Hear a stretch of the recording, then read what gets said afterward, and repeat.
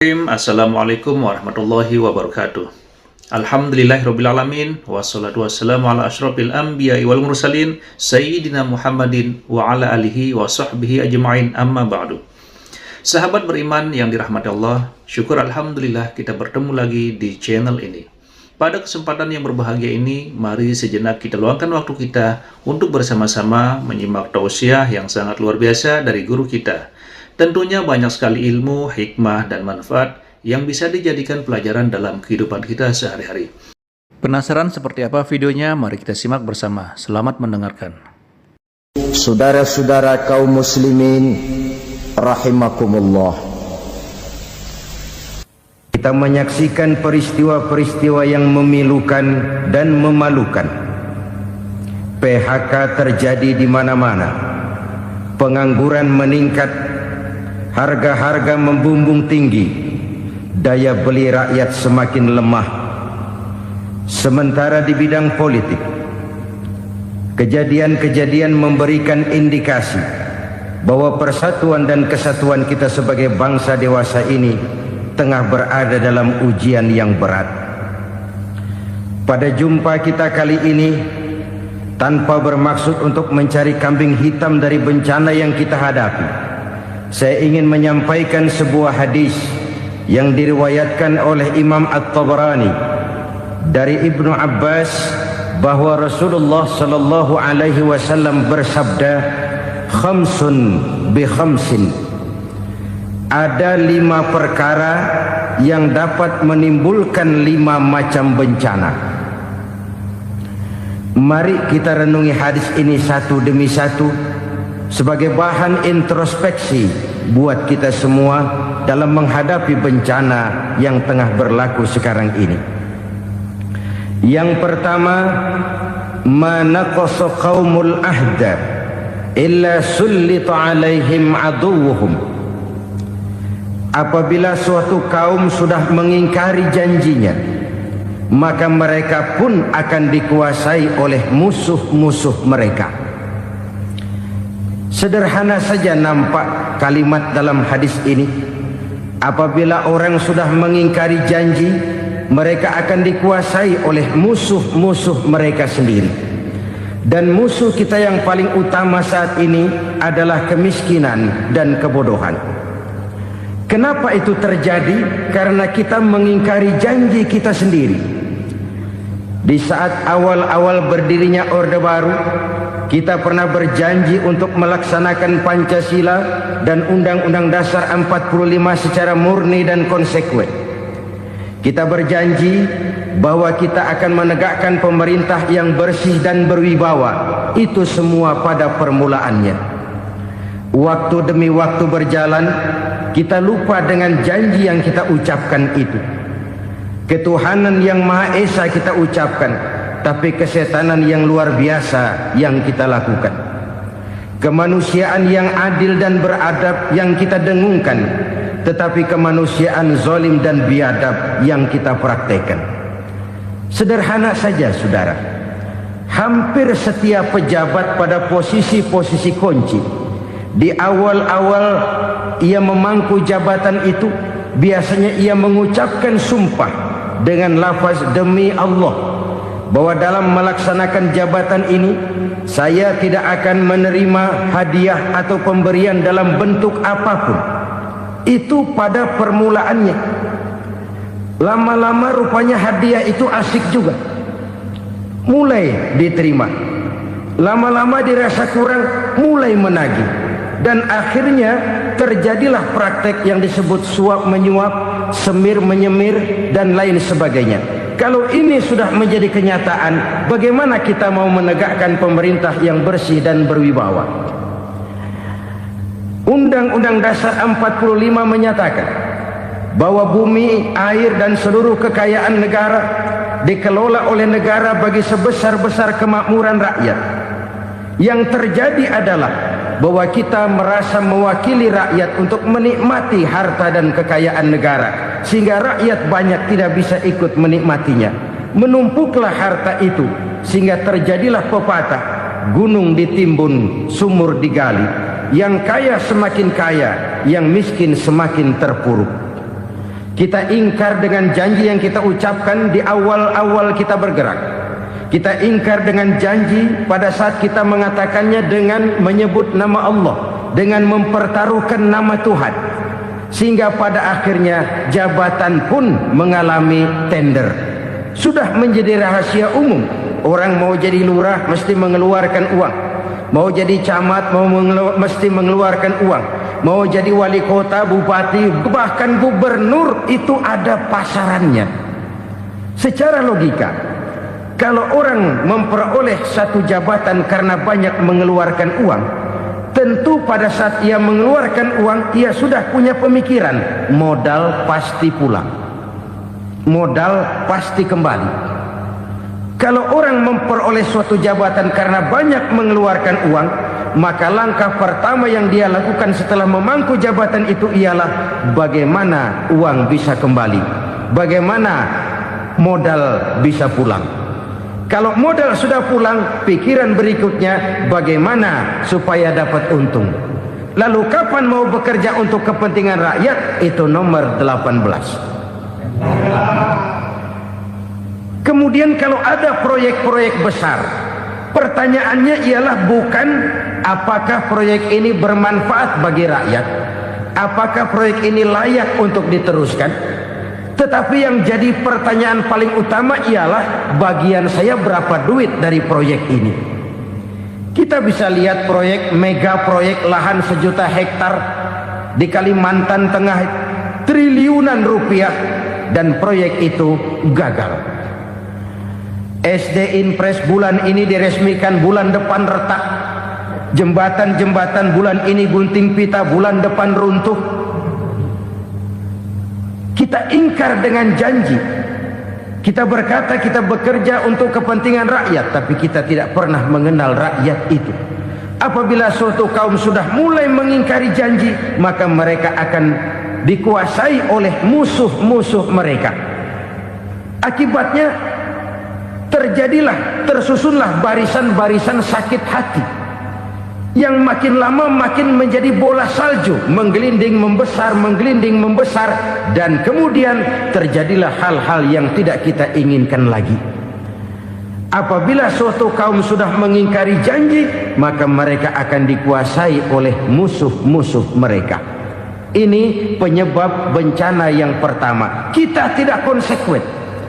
Tadinya kita dengan lantang teriak-teriak berantas korupsi, ganyang korupsi. Pada waktu kita belum mendapat kesempatan.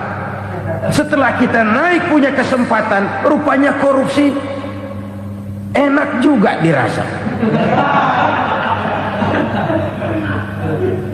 Terjadi pergeseran nilai, orang luntur, kehilangan idealisme awal. Lalu untuk menghibur diri, menutup kesalahan, kita gunakanlah pepatah bahwa tidak ada gading yang tak retak, bahwa kita harus mikul dhuwur mendem jero. Itu semua cuma sebagai dalih agar kesalahan kita tidak dibicarakan orang lain. Padahal kita sendiri yang mengingkari janji. Kita yang keluar dari komitmen awal kita. Kita berjanji melaksanakan Pancasila dan Undang-Undang Dasar 45 dengan murni dan konsekuen. Kita berjanji untuk menegakkan pemerintah yang bersih dan berwibawa. Namun dalam kenyataannya itu tidak kita laksanakan dengan sebagaimana mestinya. Kita bergeser, kita mengalami proses degradasi, peluncuran nilai, dan akhirnya terbentuklah barisan-barisan sakit hati yang semakin lama semakin membesar itu. Kita harus introspeksi. Memang kalau zaman sedang susah, biasanya kambing hitam laris, tukang kompor gentayangan. Itu dari dulu selalu mencari kambing hitam. Karena itu kita tidak bicara orang, kita tidak bicara siapa yang salah, kita bicara sistem, dan sistem itu bisa mengena siapa saja. Kalau orang sudah mulai mengingkari janji, bergeser dari komitmen awal, itu sudah mulai ia mengalami proses peluncuran, proses degradasi. Ini penyebab yang pertama. Kita tidak lagi konsekuen. Bahwa Bumi, air, sumber daya alam adalah milik negara, dikuasai oleh negara, digunakan bagi sebesar-besar kemakmuran rakyat. Ternyata rakyat yang makmur itu tidak merupakan gambaran yang menyeluruh dari rakyat kita. Undang-undang dasar kita menganut ekonomi kekeluargaan, tapi yang kita praktekkan adalah ekonomi keluarga. Kalau bukan keluarga nggak dapat proyek. Kalau bukan keluarga nggak dapat macam-macam. Kekeluargaan kita rubah menjadi keluarga, timbullah penyakit nepotisme. Kita bergeser, kita ingkari janji, dan kita anggap kita atasnamakan rakyat. Rakyat cuma sekedar jadi address, rakyat cuma sekedar jadi alamat, tetapi kehidupan mereka tidak banyak berubah dan tidak banyak terangkat. Kaum muslimin rahimakumullah, ini penyakit yang pertama, penyebab bencana yang pertama. Yang kedua kata Nabi, wa ma hakamu bighairi ma anzalallah, apabila hukum yang diterapkan sudah tidak lagi bersumber dari hukum Allah, illa fasha fihimul faqru, maka akan bertebaranlah kemiskinan di mana-mana. Ini artinya apa? Apabila hukum tinggal sebuah stempel, apabila hukum sudah diatur menurut kepentingan, apabila hukum sudah tidak lagi ditegakkan secara adil, maka kemiskinan merambah di mana-mana. Hukum diatur menurut selera orang yang sedang berkuasa, maka yang benar bisa jadi salah, yang salah bisa jadi benar. Hukum dalam kenyataan hidup berlaku seperti pisau. Pisau itu kan saudara lihat, yang namanya pisau dimanapun itu tajamnya ke bawah, ke atas tumpul.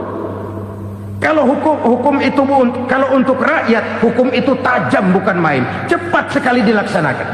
Tapi giliran menengah ke atas, yang gedean dikit berbuat salah, hukum tumpul. Hukum pura-pura tidak dengar. Akibatnya terluka rasa keadilan rakyat. Satu kasus rakyat diam, dua kasus rakyat diam, tiga kasus rakyat diam. Kasus terakumulasi di hati rakyat. Luka rasa keadilan, dan itu menjadi sumber bencana. Penjarahan, kita tidak setuju itu. Tapi kita harus melihat kausalnya. Itu kan tidak berdiri sendiri. Itu kan karena terlukanya rasa keadilan rakyat, melihat kesempatan ini tidak merata. Kalau rakyat ini yang ngajukan kredit ke bank, walaupun jumlahnya cuma jutaan, ratusan ribu, susahnya 17 setan. Tapi ada orang-orang tertentu yang agunannya palsu, jaminannya palsu, bawa kata belece, bukan cuma miliaran, triliunan kredit bisa keluar. Terluka rasa keadilan, hilangnya kesempatan. Rakyat cuma dapat kesempitan, jarang dapat kesempatan.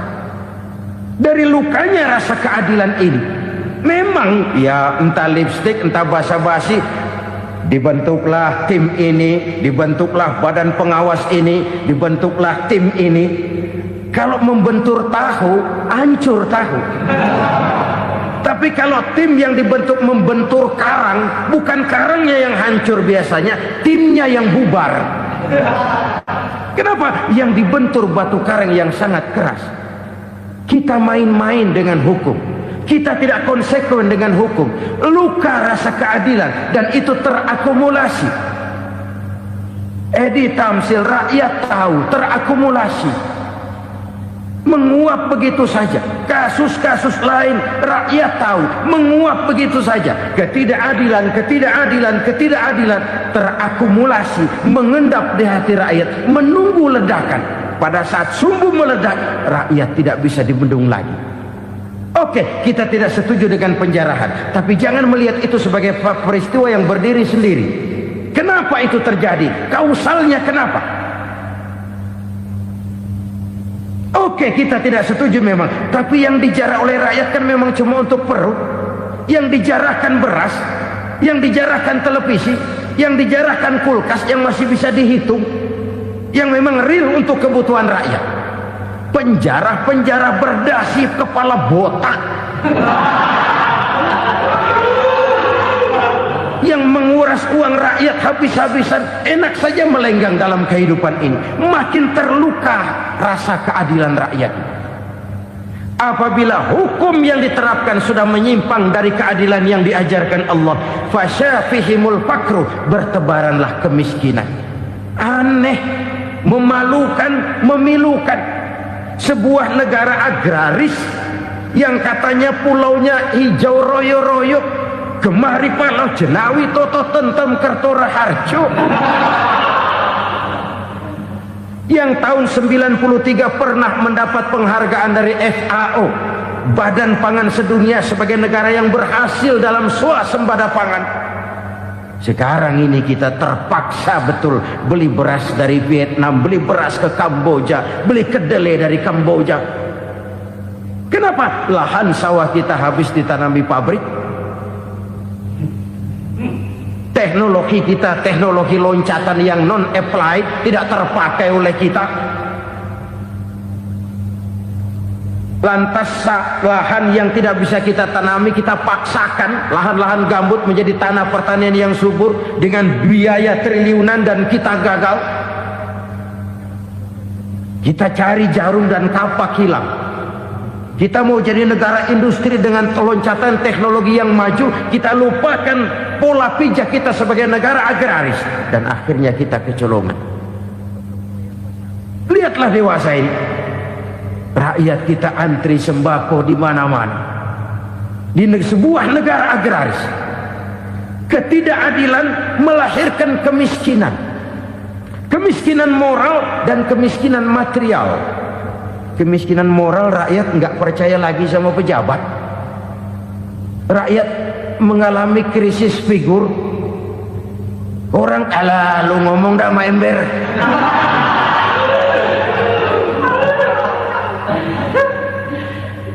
Penataran yang menghabiskan biaya miliaran itu melahirkan pejabat-pejabat korup. Pengawasan yang menghabiskan biaya miliaran itu ternyata impoten, mandul. Kemiskinan moral. Jujur saya berkata, saudara-saudara, setelah pintu reformasi dibuka, itu yang masuk memang macam-macam. Ada yang memang punya tujuan murni, konsekuen, dan punya konsep. Ada yang nunggu di tikungan, begitu mobil lewat nyamber pintu, berangkat ikut reformasi. Ada yang memanfaatkan momentum, mumpung, untuk nyampein unek-unek, ngerti nggak, pokoknya ngomong. Sehingga keadaan semakin rancu, kebingungan semakin menjadi-jadi, masalah yang paling urgen tidak terselesaikan. Sekarang ini orang berpikir mendingan jadi pala ular daripada jadi buntut macan. Buntut macan memang hebat macan, tapi kalau buntutnya cuma ugel-ugel di belakang buat apa? Mendingan jadi pala ular, kecil juga nyaplok. Artinya, ya biar kecil juga kalau punya partai kan gagah. Lalu rame-rame bikin partai kayak bikin arisan. Orang makin mengalami dislokasi. Semua mau jadi pahlawan, semua mau nomor satu, semua ngomong. Iya kalau bidangnya, kalau bukan makin rancu. Marilah lewat kesempatan ini saya mengajak kita untuk tahu diri. Biarkan politisi ngomong politik, biarkan ekonom menata ekonomi, biarkan praktisi bicara soal hukum, biarkan rakyat munajat, istighfar, mohon pertolongan Allah. Tahu diri kita. Kalau memang ayam, kukuruyuk aja dah. Kalau memang kucing, ayo ngeong. Kalau kambing, silahkan ngembe. Udah tahu ayam, ngeong bunyinya. Suaranya palas, orang nggak ngerti, bingung, makin menjadi-jadi. Ibarat kesebelasan sepak bola bangsa kita sekarang ini, rame-rame mau bikin gol, kiper ikut nyerang sekarang. memilukan dan bahkan memalukan. Wa ma hakamu bighairi ma anzalallah illa fasha fihimul fakru. Kalau hukum yang diterapkan sudah menyimpang dari keadilan yang diajarkan Allah, bertebaranlah kemiskinan di mana-mana. Coba sekarang ini yang punya duit bingung, apalagi yang kagak punya duit. Yang pengusaha gede ngeluh, apalagi yang pengusaha pas-pasan. Yang kagak punya beras, yang punya beras saja masih bingung, apalagi yang nggak punya beras. Ini sudah demikian merata. Dulu kita kagum mendengar konglomerat kelas buadak, kelas-kelas yang seakan-akan cuma ada dalam khayalan mereka, punya kekayaan miliaran dolar, triliunan. Sudahlah, seolah-olah nggak terjangkau sama kita. Weh, ternyata yang gede-gede itu juga gede utangnya. Dan rontok satu demi satu.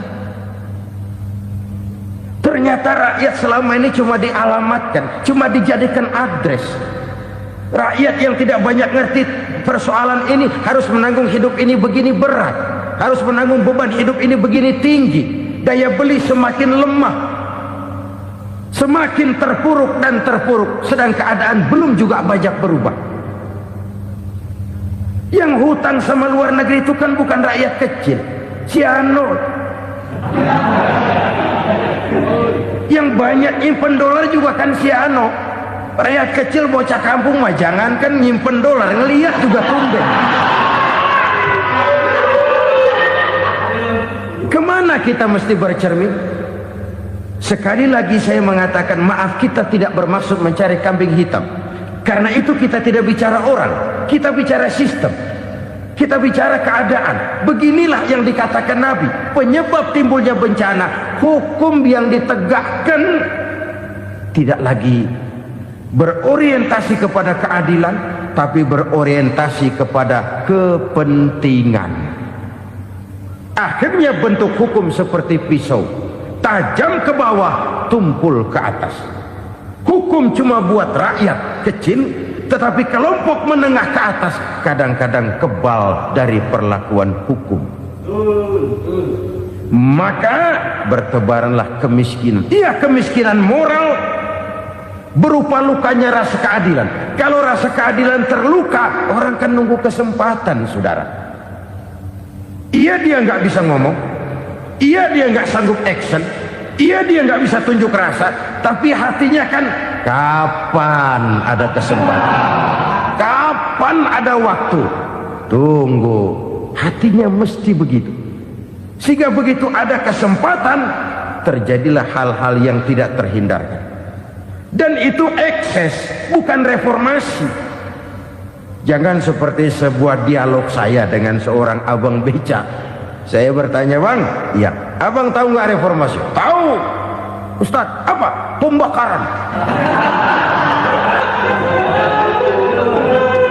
Terus penjarahan, lalu perkosaan. Itu reformasi. Itu yang saya lihat.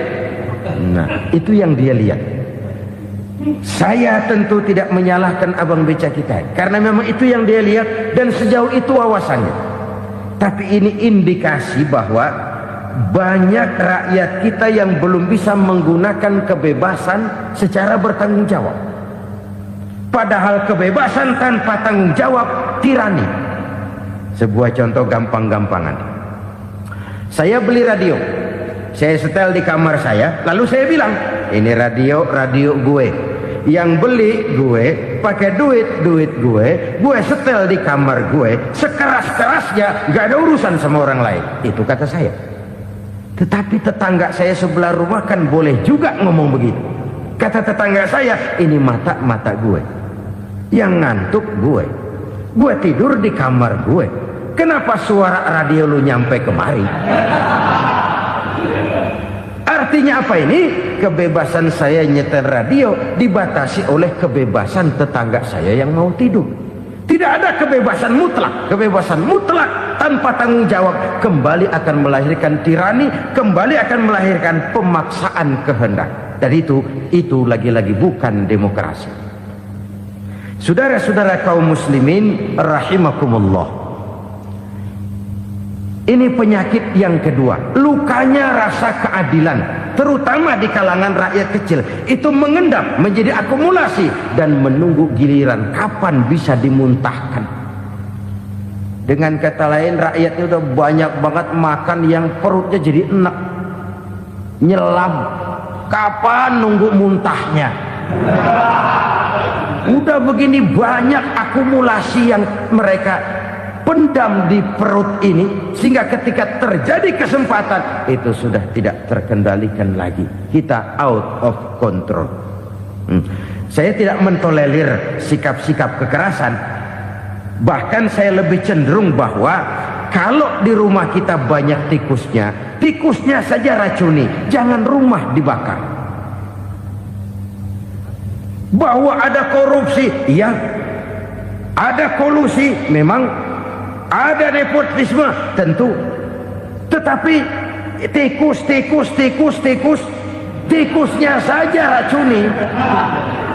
Jangan rumah dibakar. Masa mau ngusir tikus bakar rumah? Tikusnya lari, tikusnya selamat, rumahnya ewes-ewes.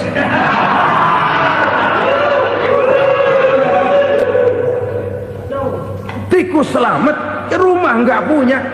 Masalah nggak terselesaikan dengan sebagaimana yang kita harapkan.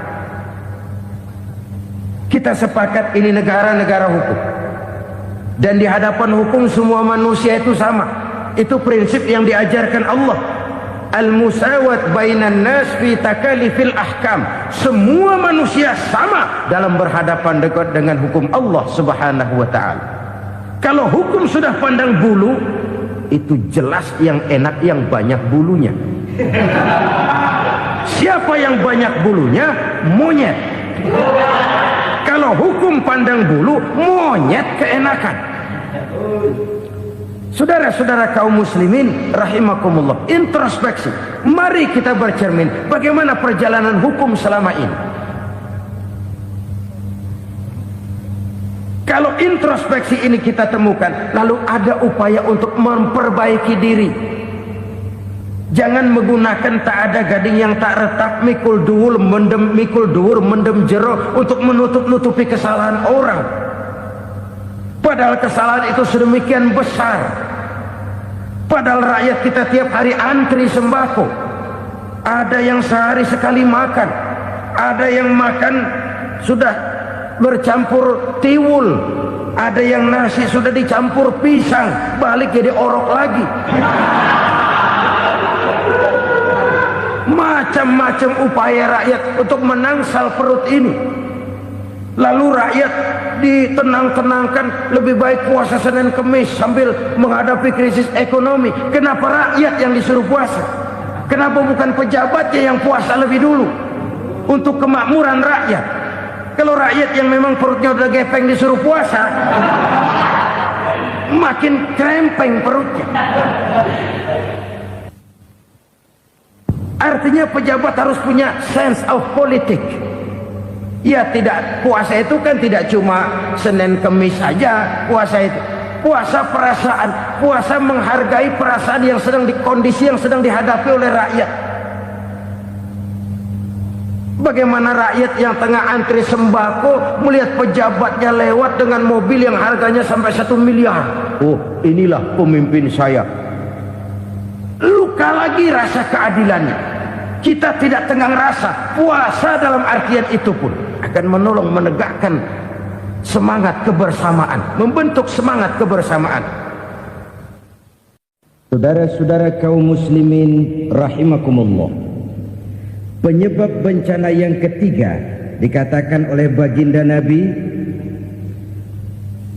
wala dhaharat fihimul fahishatu illa fasha fihimul maut. Apabila kekejian telah merajalela, maka maut bertebaran di mana-mana. Kita renungi butir kalimat dalam hadis ini. Apabila kekejian telah merajalela, maut bertebaran di mana-mana. Begitu murah arti sebuah kehidupan. penjarahan untuk hal-hal yang kecil tapi sampai mengorbankan nyawa. Apabila kekejian sudah terjadi di mana-mana, maut pun bertebaran. Maut dalam arti berpisah ruh dengan jasad, tapi juga maut dalam arti orang bisa mati karirnya, orang bisa mati usahanya, orang bisa mati kesempatannya karena perbuatan-perbuatan keji yang selama ini tidak terbendung. Lahirlah teori mafia. Siapa yang kuat dia yang berkuasa, siapa yang lemah dia menjadi mangsa. Proyek-proyek besar yang menang tender itu ya dari itu ke itu saja. Yang pengusaha-pengusaha tidak punya koleksi, koneksi, tidak bisa bayar komisi, dapat proyek tetelan. Ada dagingnya, dikit tambahnya juga tetelan. Dagingnya sudah habis disantap oleh meja. Sekian puluh meja dilalui, sekian puluh amplop dikeluarkan. Sehingga yang akhirnya ya tinggal tetelan itu tadi. Maka kualitas pekerjaan pun sudah bukan lagi jadi masalah. Demikianlah mafia-mafia ini bermunculan di mana-mana. Di pengadilan terkenallah mafia pengadilan. Hukum bisa dibeli, hukum bisa dipesan menurut kebutuhan sponsor. Mafia peradilan, mafia politik, mafia ekonomi, bahkan mafia agama yang menggunakan agama sebagai kedok, menggunakan agama sebagai dalih, menggunakan agama sebagai topeng untuk melancarkan maksud-maksud politiknya pun tidak tertutup kemungkinan. Apabila kekejian telah merajalela, maut bertebaran di mana-mana. Korupsi, kolusi, nepotisme itu bagian dari kekejian. Kita selama ini kalau mendengar maksiat, itu yang terbayang cuma judi, mabuk, zina. Ya itu maksiat. Tapi korupsi, kolusi, nepotisme itu juga maksiat dalam bentuk lain. Kalau ini sudah bertebaran, maka maut terjadi di mana-mana. Jangan bayangkan cuma mati orangnya, itu sih kewajiban. Yang menyakitkan itu orangnya masih hidup tapi dibikin mati, karirnya mati. Kenapa? Karena yang diperlukan bukan cuma orang pinter tapi orang taat. Biar pinter, kalau nggak taat minggir. Biar bodoh, kalau taat bisa nyenangin atasan, bisa nyemur.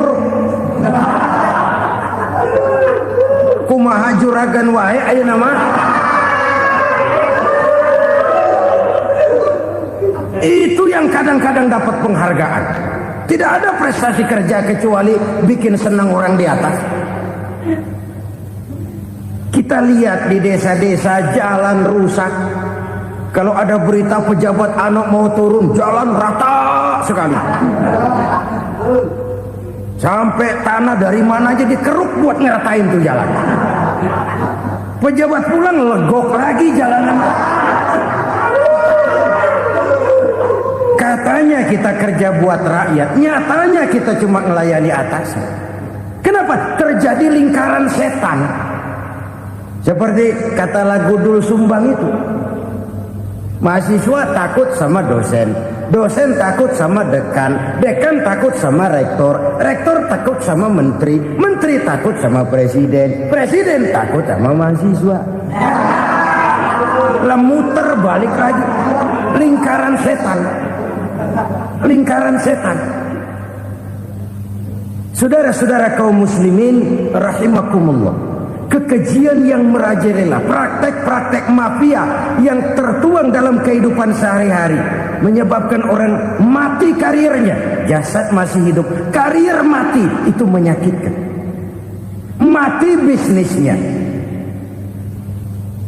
Rakyat kecil pernah senang ketika cengkeh booming, harganya bagus, rakyat banyak yang pergi haji.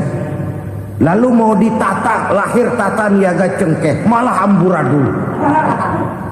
Harga cengkeh jatuh, petani cengkeh kecil menjerit. Siapa yang untung? Segelintir orang. Masihkah kita pakai atas nama rakyat untuk kepentingan nasional, padahal yang nyanyi cuma segelintir orang? Masihkah kita mau bohongi rakyat ini dengan mobil nasional tapi bikinan Korea? Masihkah kita mau bermain verbalisme, bermain kata? Ini sebuah masa lalu yang tidak perlu terulang lagi untuk masa-masa yang akan datang. Kekejian merajalela, orang mati karier, bisa mati usaha, mati bisnis. Usahanya maju, dirangkul, hancur. Usahanya maju, dipukul, hancur, tenggelam. Bahkan yang memilukan dan memalukan badan-badan usaha milik negara itu dikebiri sedemikian rupa sehingga tidak menghasilkan hal-hal yang bermanfaat buat negara. Saudara-saudara kaum muslimin rahimakumullah, kalau nafsu yang sudah mengatur itu semua, maka kekejian pun merajalela.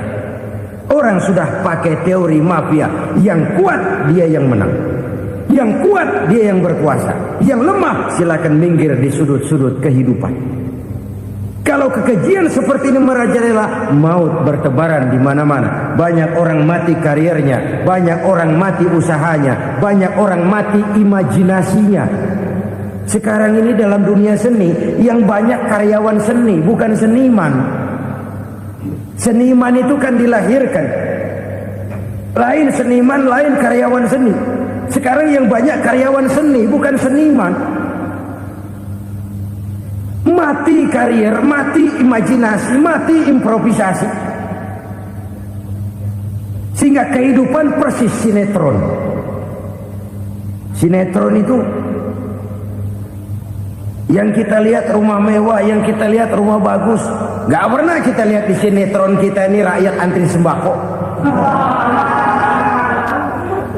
Kita dijejali hal-hal yang indah, yang wah, yang membuat kita tenggelam dalam gaya hidup instan, tenggelam dalam gaya hidup wah. Kita lupa dengan realitas keseharian di tengah-tengah masyarakat kita.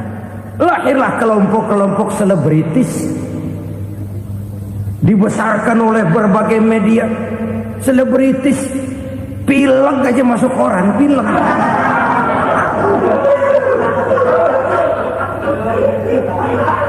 Rakyat yang pingsan antri beras nggak masuk koran. Rakyat yang semaput antri minyak nggak masuk koran. Selebritis panok masuk koran.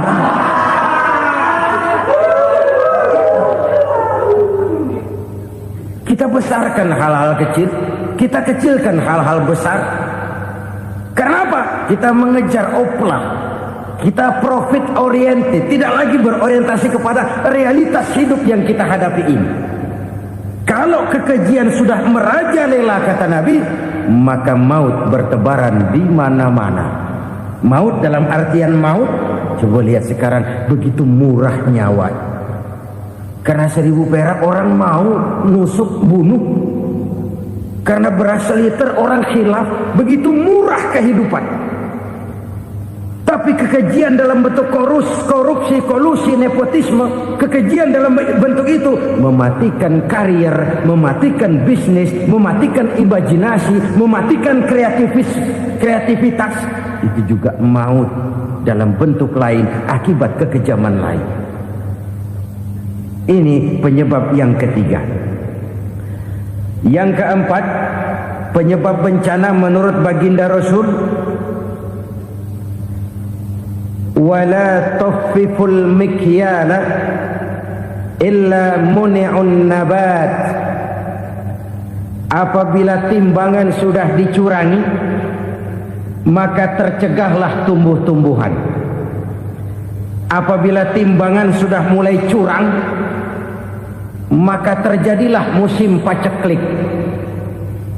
Apabila bisnis sudah bergaya mafia tadi itu, kecurangan-kecurangan terjadi, tender di balik pintu, yang dimenangkan cuma kelompok-kelompok yang bisa memberikan presentasi yang besar, muni'un nabat, terjadilah paceklik.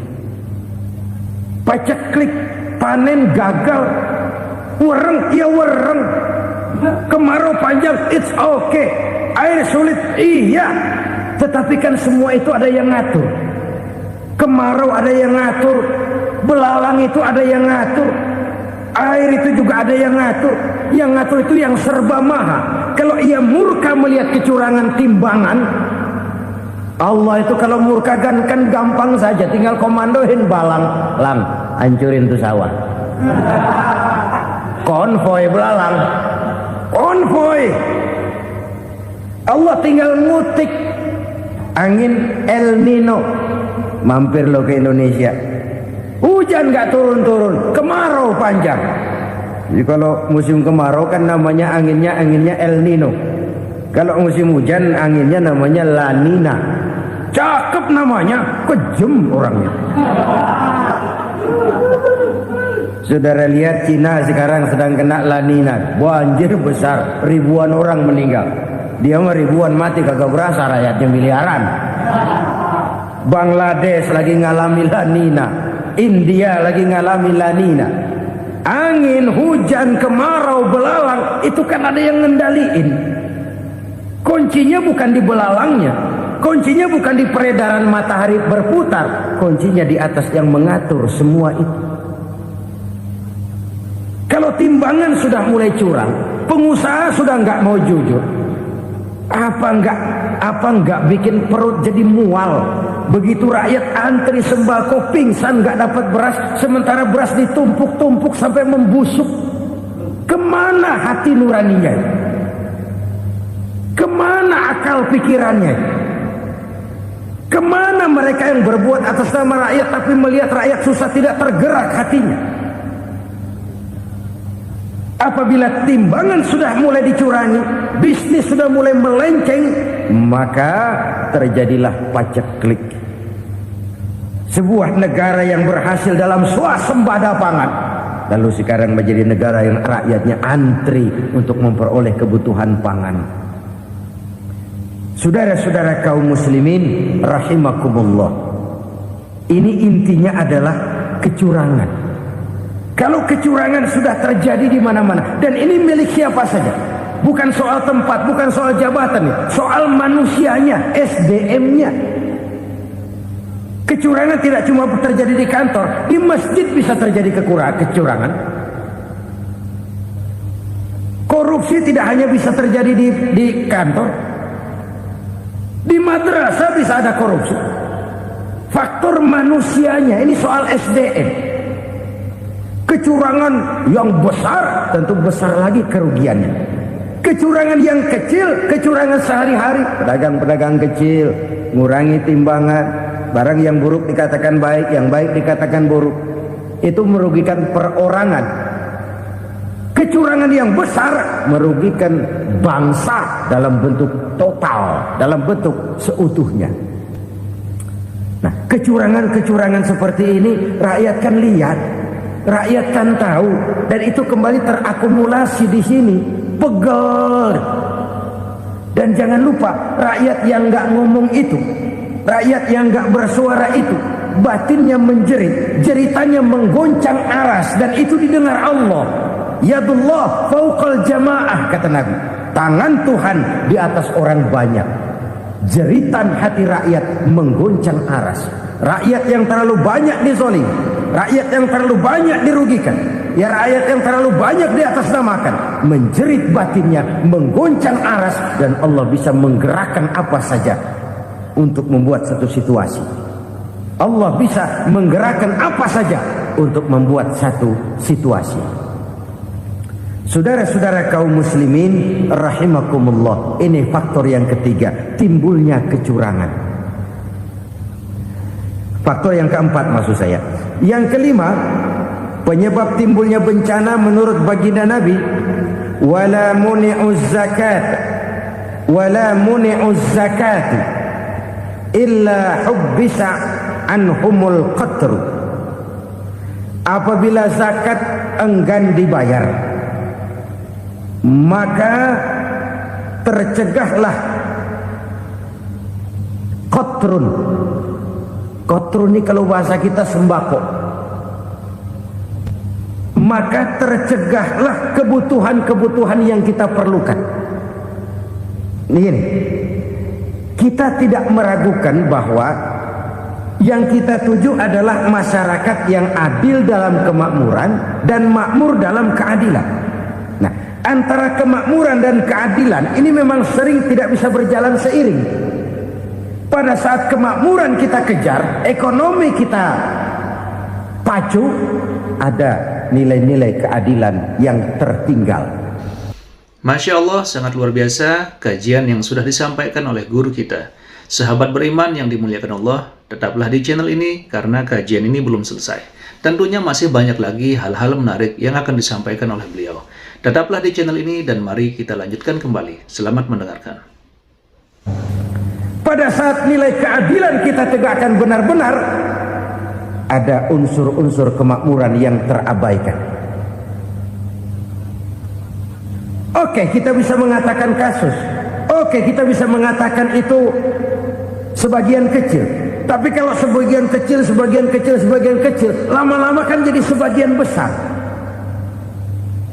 Oke, kita mengejar kemakmuran. Pertanyaannya, kemakmuran untuk siapa? Oke, kita berikan kelompok tertentu kue yang besar dengan harapan nanti dia bagiin kuenya kepada yang kecil-kecil. Tapi kenyataan, mereka yang dapat kue besar akhirnya malah lupa diri dan lupa daratan. Mau makin besar, malah memeras yang kecil-kecil ini. Sekarang kan yang kecil modali yang besar. Ramai-ramai buka bank, ternyata kamuflase. Uang banknya untuk kredit perusahaannya sendiri. Nasabahnya rakyat kecil. Artinya apa? Rakyat kecil disuruh modalin orang yang udah gede. Ini kan sambal geledek urusan.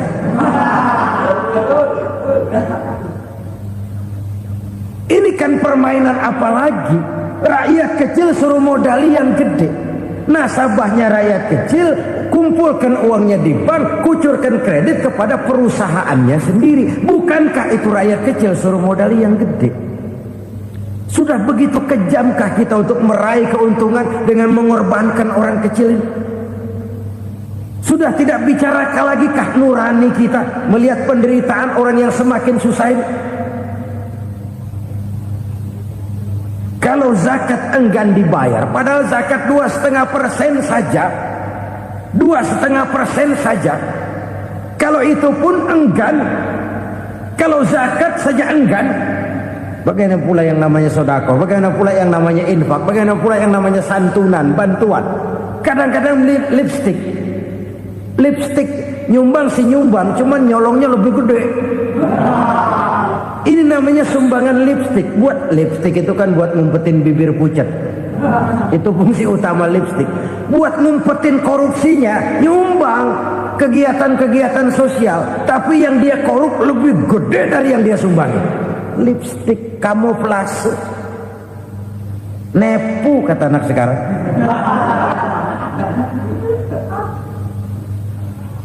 Saudara-saudara kaum muslimin rahimakumullah. Demikian berat kewajiban zakat ini sampai di zaman Sayyidina Abu Bakar pernah keluar komando perangi orang yang enggan membayar zakat. Perangi. Karena fungsi zakat adalah menjembatani antara si kaya dengan si miskin. Bahwa ada kemiskinan itu Qur'ani. Allah menyatakan, aku melebihkan rezeki sebagian kamu dari yang lain. Ini kan kesenjangan. Allah melebihkan rezeki sebagian kamu dari yang lain. Ada itu. Tetapi itu berjalan secara nature. Nah, kalau direkayasa, yang kaya semakin kaya, yang miskin semakin terpuruk, yang sudah besar dapat proyek besar, yang kecil dapat tetelan. Ini kan rekayasa namanya. Kesenjangan yang direkayasa ini yang kita harus kikis. Nah, fungsi zakat menjembatani dari sisi sosial. Dari sisi pribadi, Nabi berpesan, zakku amwalakum biz zakat. Bersihkan hartamu dengan zakat. Sekarang ada istilah nyuci uang. Uang hasil korupsi itu bisa dicuci, dijadikan uang bersih. Bukan pakai rinso, bukan. Pakai politiknya koruptor, diolah sedemikian rupa sehingga jadi uang resmi. Sudah memutik, itu termasuk yang disebut kejahatan kerah putih, white collar crime, kejahatan kerah putih, kejahatan pakai dasi, kejahatan kelas kakap. Makanya orang mendingan goblok kagak bener daripada pinter kagak bener. Goblok kagak bener itu gampang ngurusinnya, pinter kagak bener ini yang berabe bener ngurusinnya.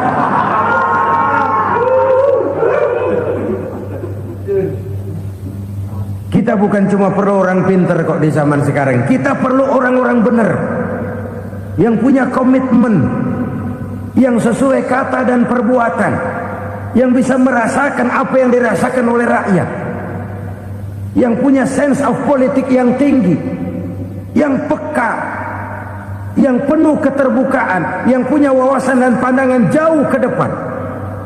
Dari sisi pribadi, zakat itu membersihkan harta kita. Ya, dia tercampur dengan yang subuhat, dia bahkan mungkin tercampur dengan sedikit-sedikit yang haram.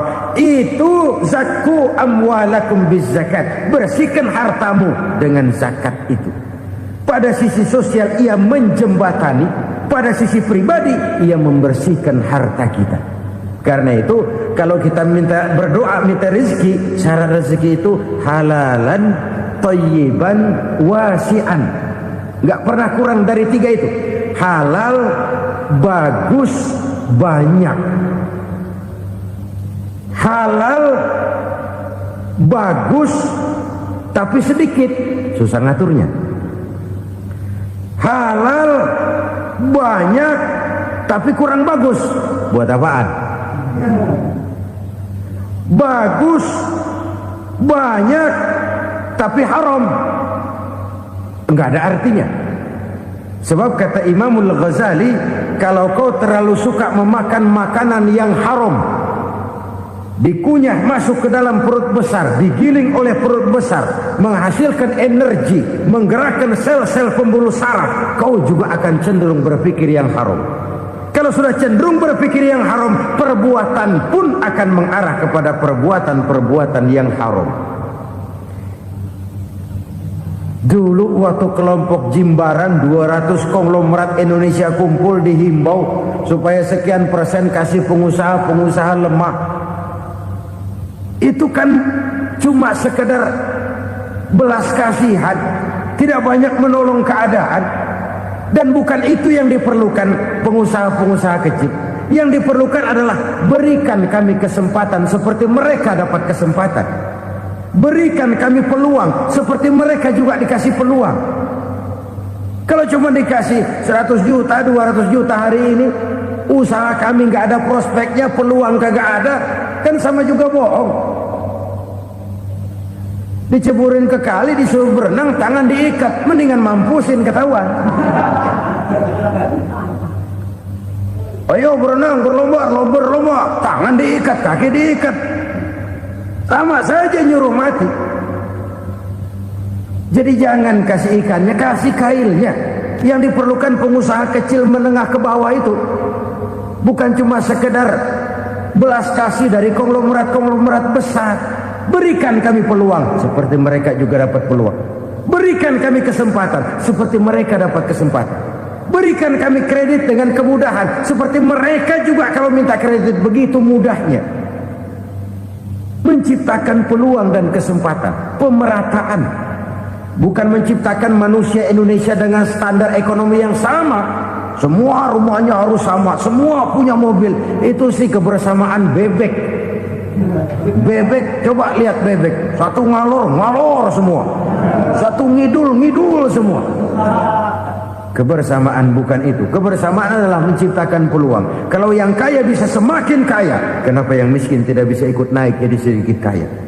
Kalau pengusaha yang sudah kuat bisa bertambah menjadi kuat dengan proyek mega proyek, kenapa yang menengah tidak bisa ikut menjadi kuat? Dan kenapa kekejian itu merajalela? Kita dengar lewat berita-berita PLN tekor, PLN utang, Kenapa? Dia beli listrik dari swasta yang belinya lebih mahal daripada penjualannya. Artinya dia beli itu listrik dari perusahaan listrik swasta, dia jual kepada rakyat lagi. Harga jualnya lebih murah daripada dia beli kepada swasta. Kenapa? Ada tekanan lagi tuh. Biasa siklus lagi. Hukum Boyle. Atas neken paling bawah gepeng. Ya kita nih rakyat kecil, emang nasibnya gepeng-gepeng terus. Saudara-saudara kaum muslimin rahimakumullah, dari 5 penyebab bencana ini kita ambil kesimpulan untuk sebuah renungan dan introspeksi kita bersama. Pertama, mengingkari janji, padahal janji itu yang lebih tinggi nilainya adalah di hadapan Allah Subhanahu wa ta'ala. Baik wakil-wakil rakyat di parlemen maupun pemimpin-pemimpin rakyat di dalam kabinet, apabila memangku suatu jabatan, selalu mereka mengawali dengan sumpah, dan sumpah itu dimulai dengan demi Allah. Sadarkah kita pada saat itu kita ucapkan bahwa kita sudah mempertaruhkan Allah untuk jabatan yang kita pegang? Kita sudah mempertaruhkan nama Allah untuk posisi yang dipercayakan kepada kita.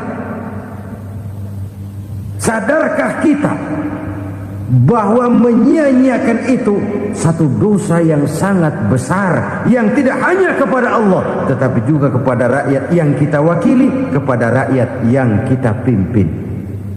Cukuplah sudah rakyat dijadikan adres, umat dijadikan alamat sebagai numpang. Marilah kita kembali kepada komitmen awal dengan jujur kepada janji kita sendiri. Lalu yang kedua, kekejian, baik berupa korupsi, kolusi, nepotisme, dan perbuatan-perbuatan lain akan melahirkan kemiskinan.